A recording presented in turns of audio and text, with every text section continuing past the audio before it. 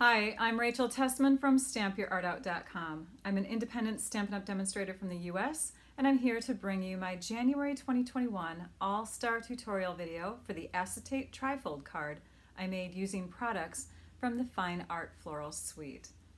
I'll be using the products listed in the written portion of the tutorial, which include the following products from this suite: the Art Gallery stamp set, the Gilded Leafing, which is amazing stuff, the Fine Art ribbon, which has gold flecks in it,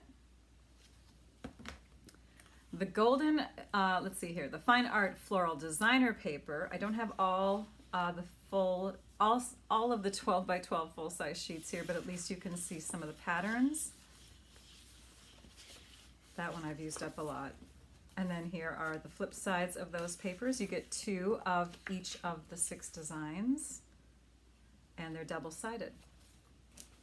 And I'll also be using the Golden Garden Acetate, which also is amazing. You get 3 different designs, 2 of each of them, and they're 12 by 12. You can see I've used up a lot.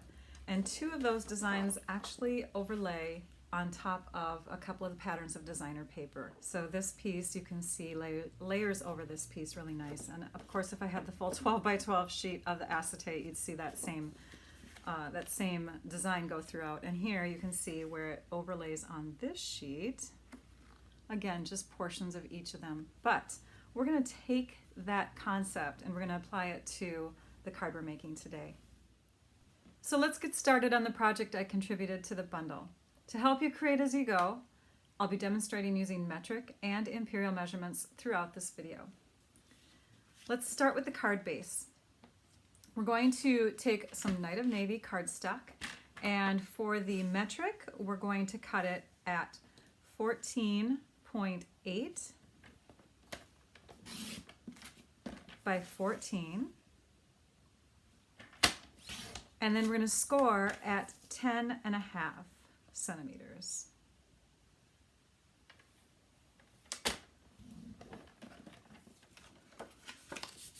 That's the card base.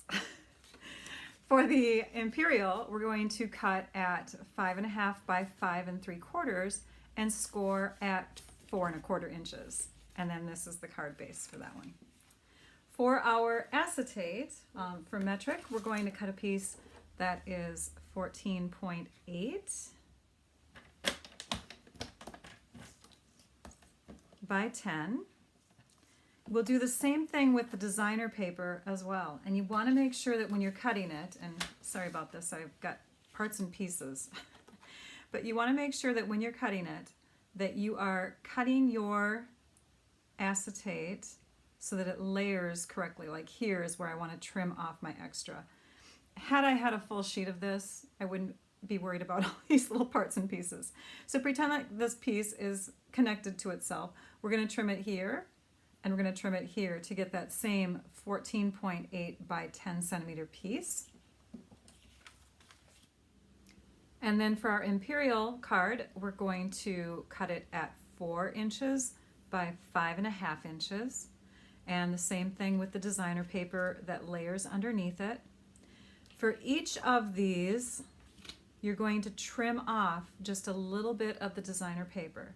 For the metric, you're going to trim off 2.6 centimeters on this side, and for the inches or imperial, you're going to trim off 1 inch. We're going to cut one more piece for our card at this point, and we're going to work with the Blushing Bride color, which is not listed as one of the coordinating colors of the designer paper, but I think it goes really, really well. You can see some of the petal pink in here, but I think that this the Flirty Flamingo in kind of a lighter tone coordinates much better with the Blushing Bride. So we'll be using that. I don't recommend the Blushing Bride ink, by the way. That's a much browner, warmer pink than the pinks that are in the paper. So for the metric, you're going to cut this piece to 14.8 centimeters by 14.8 centimeters. And then we're going to score down the middle at 7.4 centimeters. for the imperial or inches, you're going to cut a piece that is 6 inches by 5.5, and you're going to score down the middle at 3. So this is the 6-inch width here. This is 3 inches.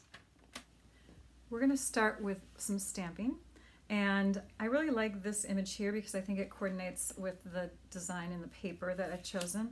So we're going to take that stamp, which I've mounted onto a clear block already, and we're going to ink up a portion of it with Flirty Flamingo ink. We just want to ink up the flower section. So if you position your stamp like so, you can get mostly the flowers. And you just kind of rub it in there and get the ink on there. We're now going to close this up because we don't need it anymore. We're going to grab our old olive Stampin' Write marker, and we're going to use the brush tip and color on the back side of that image, just coloring in all of the areas that you want to have green. You could make those pink if you wanted to, I suppose, but I'm going to think of them as unopened flowers at this point, so the green is still surrounding them. And then you'll notice that you've also got some stems up in here. When you color over them with the old olive marker, you will be picking up a little bit of pink on your marker, so you can just take like a piece of scrap paper and just kind of run it until it's more of a green color again. We'll use the Mossy Meadow color now, and we're just going to come over the top. Because this is a darker green, I don't have to worry too much about my marker picking up some of that yellower green. If it bothers you, again, you have your scrap paper that you can rub it onto to kind of get rid of any excess off color. Now we'll come in, and this isn't really going to matter too much on this step because the paper, the designer paper, you can see has a lot of intense Poppy Parade color, and we're not going to get that same look this way, but we might as well give it a little bit of a try by coloring on some of our Poppy Parade ink, and just come through on certain areas of the stamp.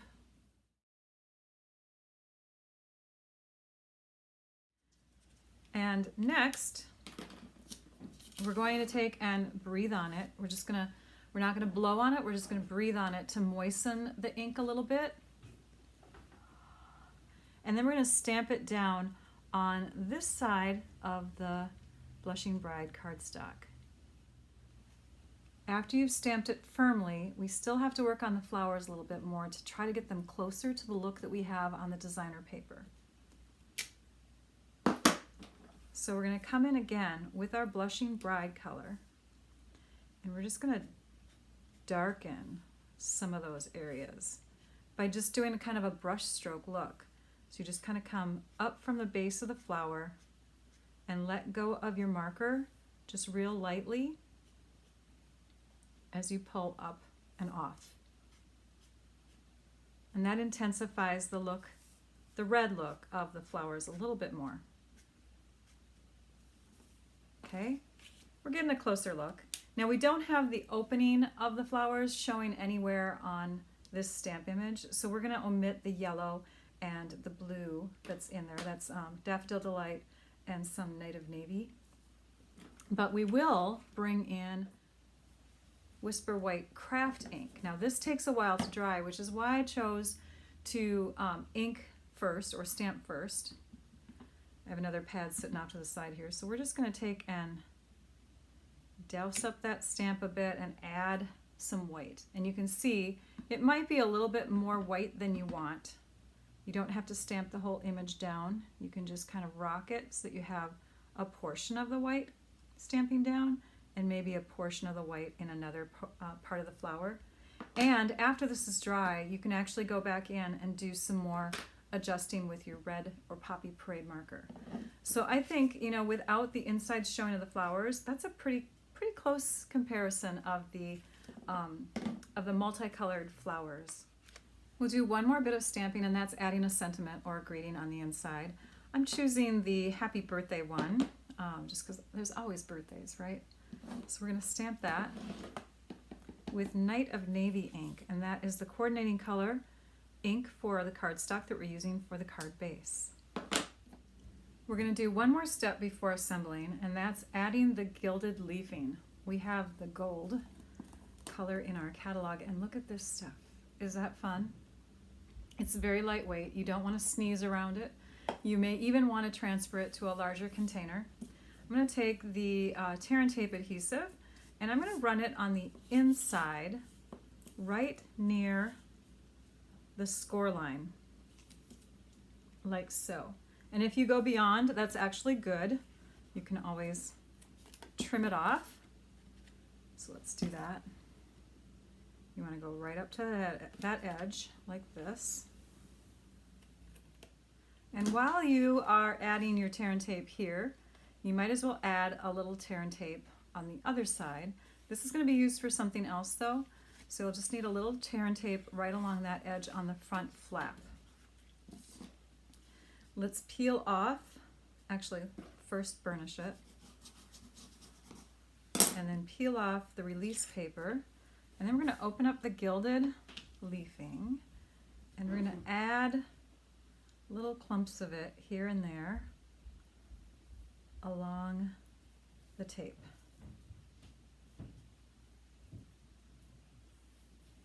The more the better. You can always transfer the stuff that you don't use back into your container. Okay, so we have quite a lot there.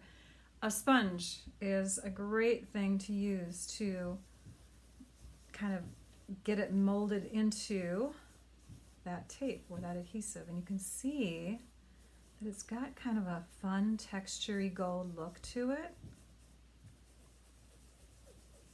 It's amazing stuff, and this sponge will help to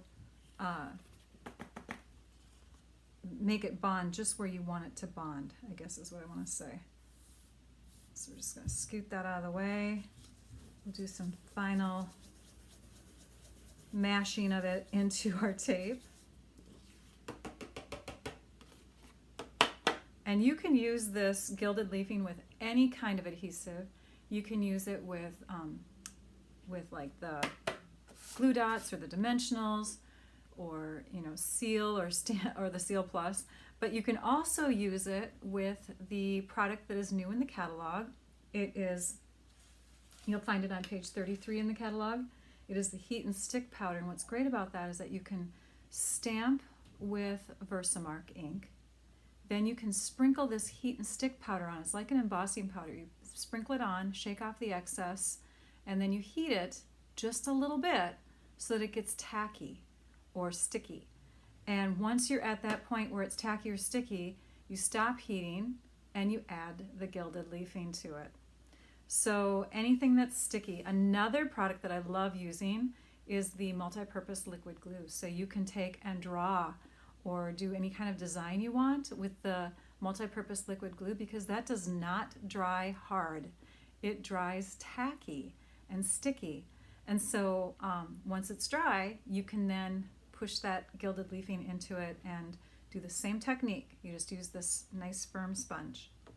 Okay, I'm going to clean up this mess and then we'll move on.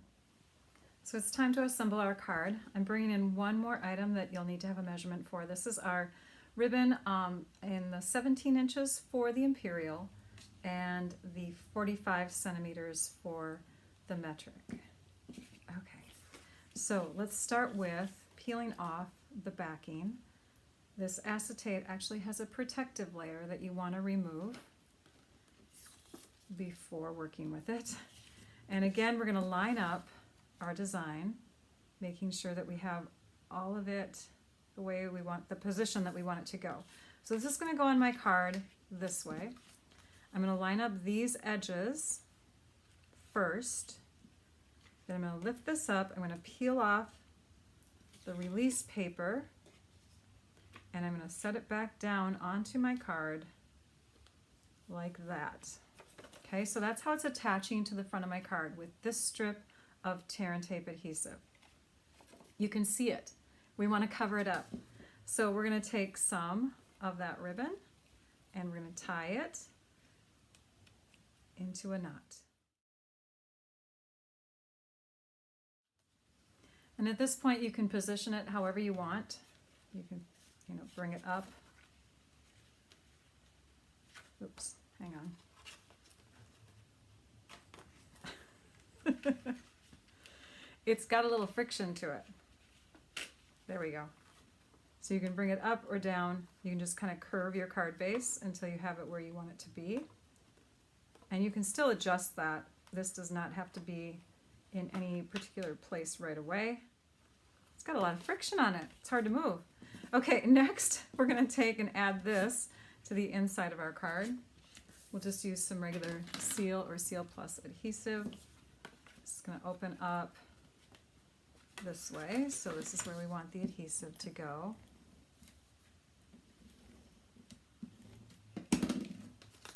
And that's going to come all the way to this right edge of our card base. So this is where the trifold comes in, like that.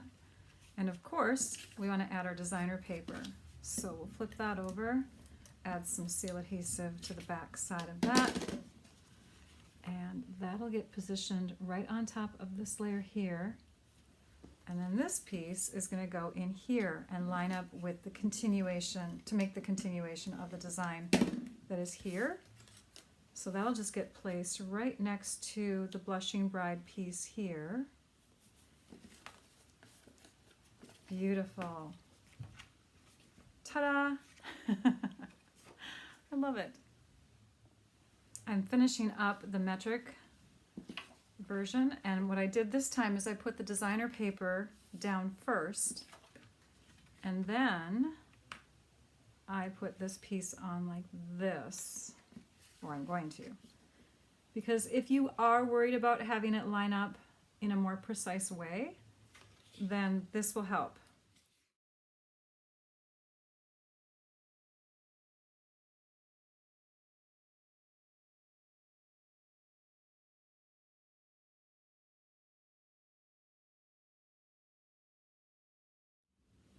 So I have an I miss you card, and I have a happy birthday card. And don't forget to trim up your ribbon. I hope you had fun. Thanks for joining me.